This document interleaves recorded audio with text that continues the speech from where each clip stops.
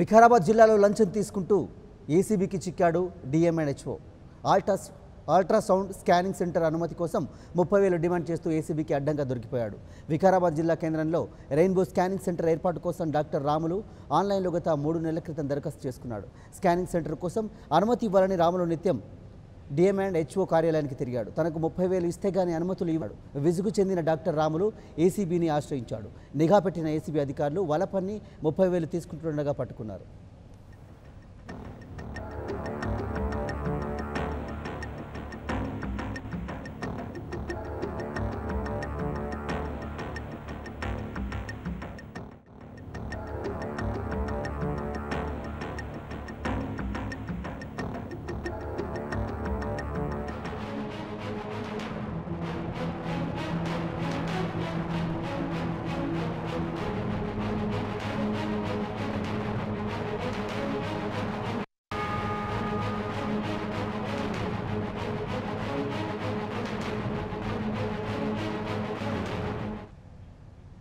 వికారాబాద్ జిల్లాలో లంచం తీసుకుంటూ ఏసీబీకి చిక్కాడు డిఎంఎన్హెచ్ఓ. అల్ట్రాసౌండ్ స్కానింగ్ సెంటర్ అనుమతి కోసం 30,000 డిమాండ్ చేస్తూ ఏసీబీకి అడ్డంగా దొరికిపోయాడు.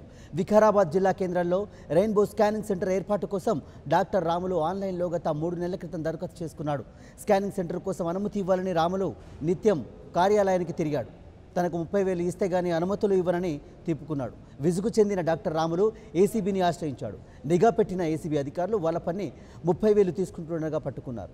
దీనిపై డీటెయిల్స్ మా ప్రతినిధి ఇన్నారెడ్డి నుండి తెలుసుకుందాం. ఇన్నారెడ్డి, సో అసలు ఏం జరిగింది, డీటెయిల్స్ అంటే ఏం చెప్తున్నాడు డాక్టర్, ఏసీబీ అధికారులు ఏం చెప్తున్నారు?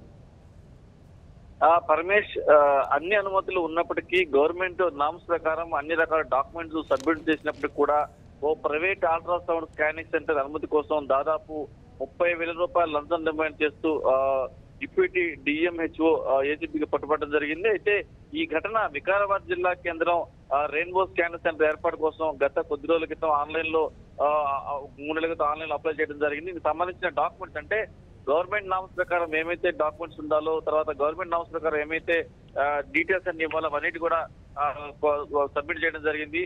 అయితే నామ్స్ ప్రకారం ఫిట్ గా ఉండి తర్వాత అన్ని అనుమతులకు సరిపడా అన్ని విషయాలను కూడా సబ్మిట్ చేసినప్పుడు కూడా దీని మీద 30,000 లంచం ఇస్తే గానీ దీనికి సంబంధించిన అనుమతులు ఇస్తారని చెప్పడం, తర్వాత అలాగనే డబ్బులు ఇవ్వకపోవడంతో అనేక మార్లు తిప్పుకోవడంతో చివరకు డాక్టర్ రాములు అవినీతి నిరోధక శాఖను ఆశ్రయించడం జరిగింది. అయితే దీని మీద నిఘా పెట్టి వలపన్ని 30,000 ఇస్తుండగా ఏసీబీ అధికారులు అటెండ్గా పట్టుకోవడం జరిగింది. అయితే ప్రస్తుతం కార్యాలయంలో చంద్రయ్యను విచారించిన తర్వాత అనంతరం అదుపులో తీసుకున్నట్టు కూడా ఏసీబీ డిఎస్పీ దూరినారు గారిని తెలిపారు. అయితే ఏసీబీ కోర్టులో హాజరుపరిచిన తర్వాత దీంట్లో చాలా స్పష్టంగా చెప్తున్నారంటే ఏదైనా సరే గవర్నమెంట్ అనుమతులకు సంబంధించి ఎవరు కూడా ఎలాంటి లంచాలకు ఇవ్వాల్సిన అవసరం లేదు. ఇలాంటి అధికారులు కనుక మిమ్మల్ని లంచం అడిగితే వెంటనే సమాచారం ఇవ్వమని అని కూడా ఏసీబీ డిఎస్పీ చెప్తున్న పరిస్థితులను గమనించవచ్చు. పరమేష్.